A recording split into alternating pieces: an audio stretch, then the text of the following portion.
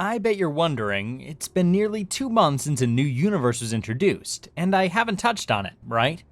Here's the deal. This channel's based out of New Zealand. Over here, kids' movies get delayed until mid-August, and honestly, it took ages for this movie to launch globally. But guess what? I'm all caught up now, and if you're looking to catch up too, the movie's been up for digital purchase since the start of this month. Just a heads up, I'm about to dive deep into the plot. So if you haven't seen it yet, maybe hit pause, go watch, and then hop back in. Ready? Let's dive into Teenage Mutant Ninja Turtles Mutant Mayhem. The movie was directed by Jeff Rowe and Kyler Spears. I already went over the technical details and behind the scenes of this movie in another video, but the main cast is composed of Nicholas Cantu as Leonardo, Brady Noon as Raphael, Shaman Brown Jr. as Michelangelo, and Micah Abbey as Donatello. It also stars Ayo Edebiri as April and Jackie Chan as Splinter. A sequel has already been promised, with a 2-season streaming series bridging the gap between the movies. Let's move on to the plot. The new origin kicked off 15 years ago when Cynthia Utrom from TCRI dispatched a squad to retrieve Dr. Baxter Stockman, a lead genetic scientist who went rogue. He stole billions of dollars worth of research and created an actual mutant. Each member of this TCRI task force was packed with an anti-mutant neutralizer that could unmake whatever Baxter made. But in an abandoned building, Baxter created more than just one mutant, starting with Superfly, a mutated fly. He perfected the ooze to create mutants TCRI wanted to use as weapons. Baxter Stockman was a very lonely person, often feeling a greater connection with the animals he was experimenting on than with humans. So these baby mutants were really his makeshift family. The soldiers came in and tried to take the mutant, but the fly attacked them and eventually escaped with his baby siblings. Baxter ended up dead, and while TCRI missed out on getting their hands on the ooze, they unknowingly chucked a vial of it right into the sewer. Around that period, Splinter was just a New York City rat in his 20s. He had a lot in common with Baxter. Nobody really clicked with him. Other rats? Nope.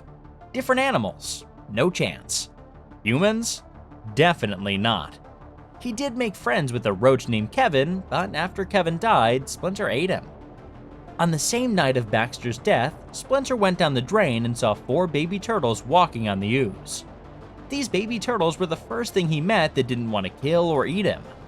They all mutated and started living together in the sewers. Even as youngsters, these turtles picked up tidbits about pizza and other surface world goodies, but they had this itch to know more about the human realm above.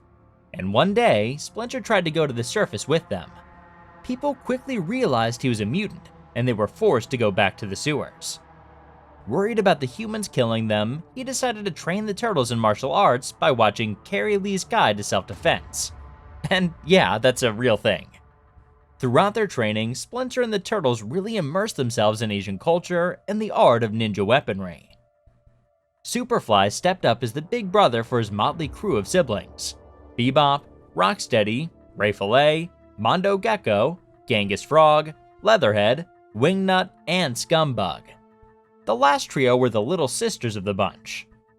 Together, they found refuge in an abandoned TCRI freighter in Staten Island, and they survived by rummaging through dumpsters for food. After watching TV for a few years, they thought that perhaps humans weren't that bad. When they were old enough, they decided to go where the humans were, and it did not go well. They were treated as monsters, and after almost getting killed, Superfly decided he wanted to kill all the humans. Superfly was as intelligent as his dad, and he started creating a new machine to enact this plan. He quickly started stealing the parts he needed from other criminals and became known as the crime boss Superfly. In the present day, the turtles, at 15 years old, only ventured to the surface world for errands, always doing so secretly. This version made it clear that the turtles were stealing to survive. Though Splinter constantly warned them about the perils of humans, that they might be killed, eaten, or milked, the turtles felt that some humans had their merits. Like Donnie said, they wouldn't have K-pop without humans. In one of their errands, the turtles, despite Leo's objections, decided to watch Ferris Bueller's Day Off in a park by a bridge. During that experience, the turtles felt like living underground deprived them of a normal high school/teenage experience. Splinter was suspicious of them when they arrived home, and Leonardo ratted them out. Realizing his sons were downplaying the risks of interacting with humans, Splinter grounded them for a month. At TCRI, they pieced together that the elusive mutant was a fly after one of their machines vanished, whisked away by a flying ice cream truck. Cynthia Utrom decided to attach tracking devices to all shipments, aiming to finally pin down Superfly. Fast forward a month, the Turtles, in a playful bout with their weapons, unintentionally struck April's helmet with a ninja star. Distracted by the mishap, April's scooter was stolen. Determined to retrieve it, the Turtles sprang into action. After some initial bumps, they triumphed over the crooks at the auto shop, marking their first genuine clash with strangers. When April realized she was dealing with mutant turtles, a journalistic light bulb went off as she penned articles for her school's newspaper. Her presence in the area wasn't random. She was on the trail of the Superfly crime spree. The city's fear had crescendoed to the point of canceling the prom. She made a point clear. Regular people would be scared of them, but because they saved her, she felt differently about them. They then realized they could use their ninja skills to take down Superfly. People would see them as heroes, go to high school, and live like regular teenagers. Since Leo had a little crush on April, he was okay with him going behind Splinter. They called April to work together in capturing Superfly, looking like heroes, and save prom. At Eastman High, they realized that April was nicknamed Puke Girl because the only time she appeared on camera she threw up, and the footage went viral. April laid out her findings to the gang, detailing key players linked to Superfly's heists: Short Sharon, Bald Bronson, Toupee Tom, Normal Nate, and Bad Bernie. Following up on those leads led them to Bad Bernie, who inadvertently provided them with the unit Superfly had requested. The Turtles now had a rendezvous spot, setting the stage for a showdown and their shot at heroism. But first, they had to pass by the lair, where Splinter prepared a surprise pizza party for them. The Turtles, pressed for time, had to decline and dash off, leaving Splinter feeling like Mr. Lonely. Upon reaching the designated location, a revelation awaited the Turtles.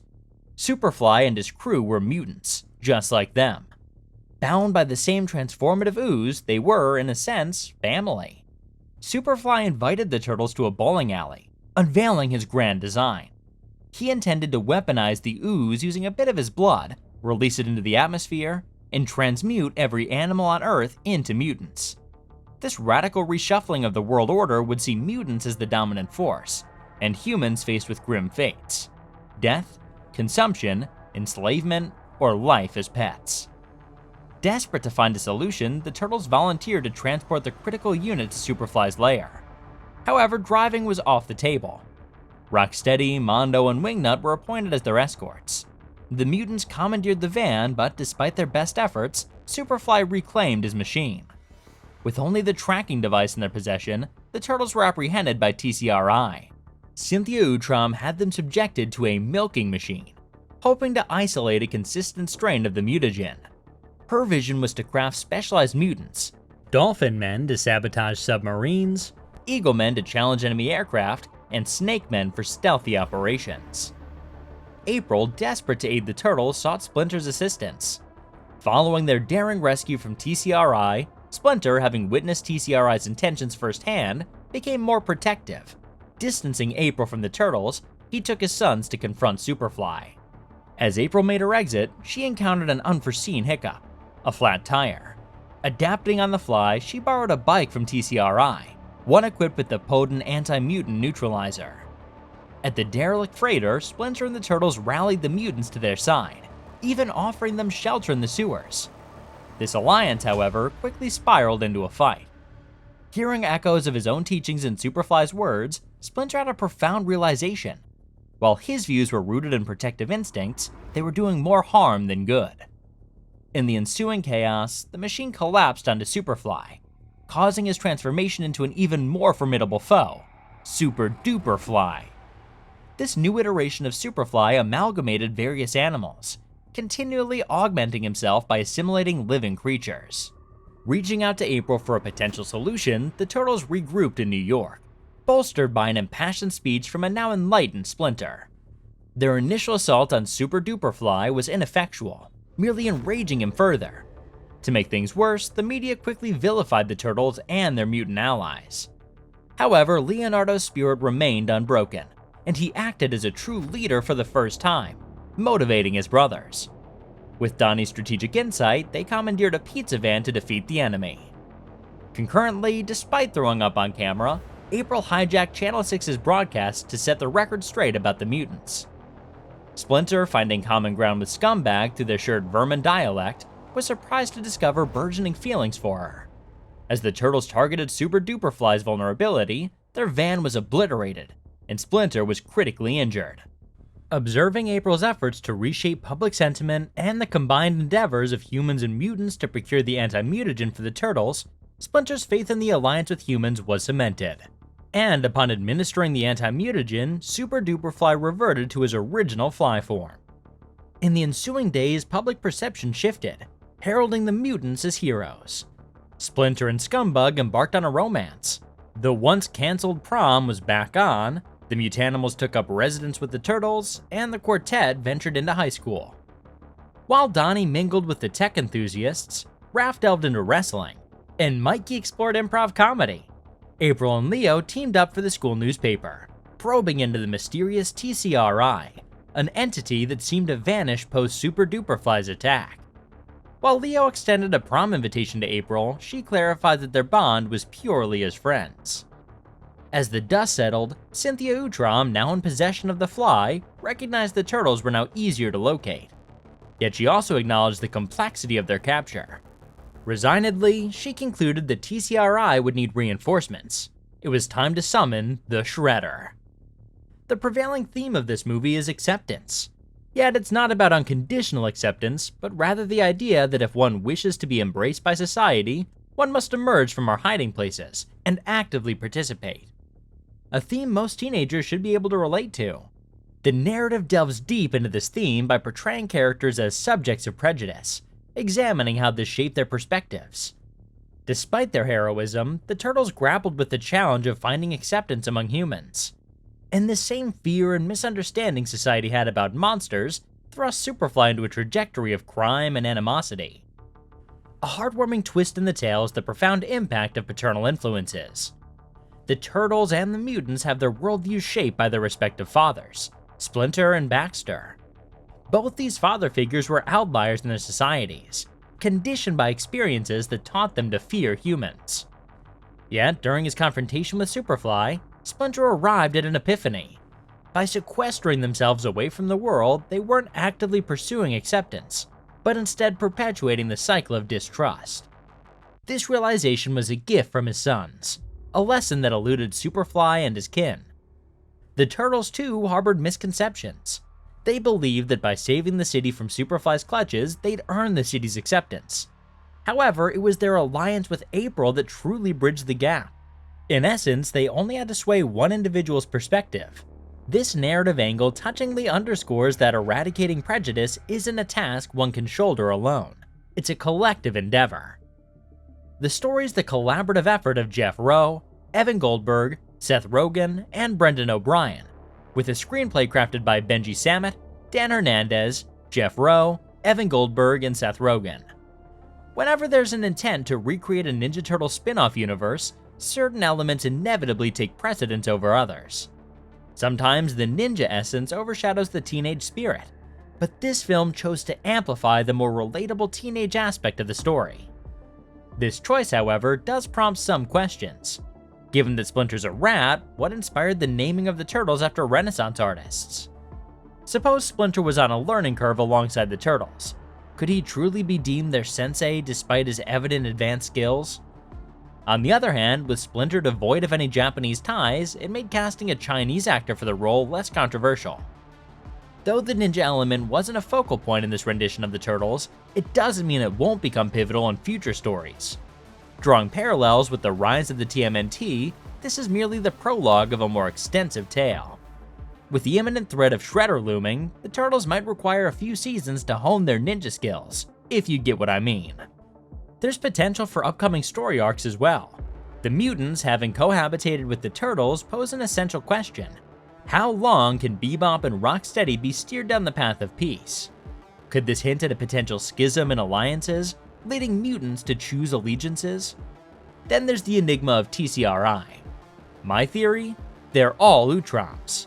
Splinter's fatal interactions with the soldiers by stabbing some of them in the face may be a giveaway that they were, in fact, Utroms, making their interactions non-fatal.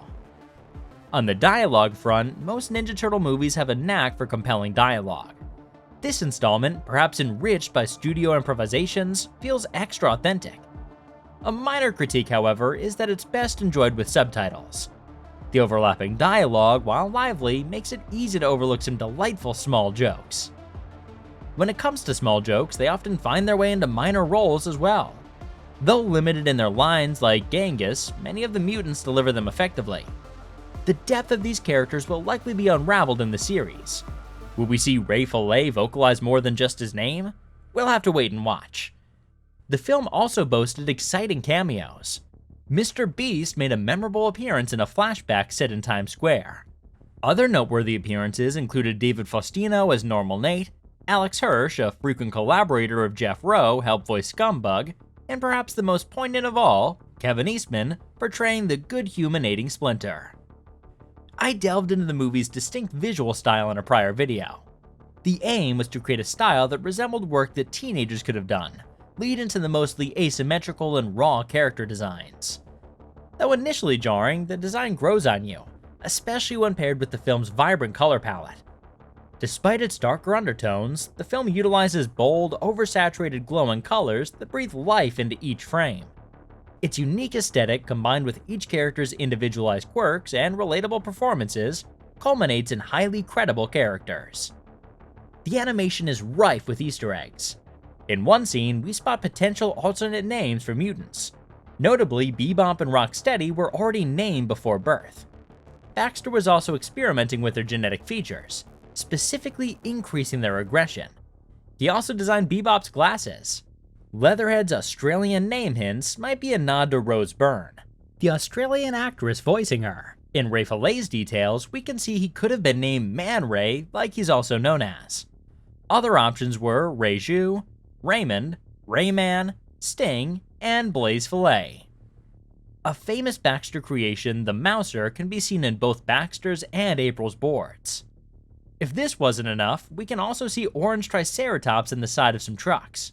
I assume this is just an Easter egg, but it would be amazing to have a future movie with Triceratons. At some point, Scaletail was going to be in the film, but all that was left of him was Cynthia's mention of mutant snakes. While the Turtles learned self-defense from many different videos, they mostly learned karate from watching Kerry Lee, a famous world karate champion. You can even see a banner in the layer that says karate in Japanese. Another funny bit in the animation was April's notebook, where she had many curious questions about the Turtles, including one where she wondered if they caused the pandemic. There is one moment in the movie where it almost looked like Casey Jones was the one chasing Superfly, but upon closer examination, we can see it was just a bald guy with a baseball bat. But given that this character probably almost died, this sounds like it could be used as Hun's origin story. And finally, what's the deal with this panda on April's board? The musical score was made by Trent Reznor and Atticus Ross, and it sounds terrific. But there are other songs in the movie, and as far as I know, no official soundtrack has been released including them. One of the musical sequences that really made me happy in the movie was around the What's Up song. The mutants start singing the Four Non-Blondes version, and after being sabotaged, the soundtrack changes to the Slack Circus version, the one from the He-Man meme, Fabulous Secret Powers, that eventually got re-uploaded by a random person and became viral. It's amazing that the original version of the meme finally got some respect. And that sequence ends with Ray Fillet singing his own sad version of the song. The 3 times this song played, it matched perfectly with the mood of the scenes. As of this writing, the movie boasts a 96% certified fresh rating on the tomato meter, complemented by a 90% audience score. The film raked in $28 million during its opening weekend. It faced stiff competition from Barbenheimer, which prevented it from clinching the top spot at the domestic box office. Yet, without adjusting for inflation, it marked the second best franchise debut, trailing only the 2014 release. Globally, without accounting for inflation, the movie currently ranks 3rd behind the 2 Michael Bay-directed installments. It's worth noting, however, that both of these films benefited from IMAX and 3D releases, introducing a broader range of ticket prices. Despite its digital availability, the film's theater performance remains commendable, especially when juxtaposed with other current releases. Furthermore, as of this writing, the movie's set to premiere in additional markets. But considering the noticeable delay in these release dates, it's plausible that many potential viewers in these regions have already accessed the film online. Just to clarify, I genuinely enjoyed this movie. It has flaws, but its heart and craftsmanship have undoubtedly won me over. I'm curious to see how this aesthetic translates to 2D in the forthcoming series. That will be the real test. Yet given that we've already glimpsed some 2D renditions from the film for toys and stickers, it might transition smoothly. Since I grew up with the original movies, it's tough for me to rank all of them, as I'll be very, very biased. But if I had to, I'd place Mutant Mayhem in second place, right before the 1990 movie. This makes this movie my favorite animated Ninja Turtles movie so far, although my opinion on this may change over time. What about you?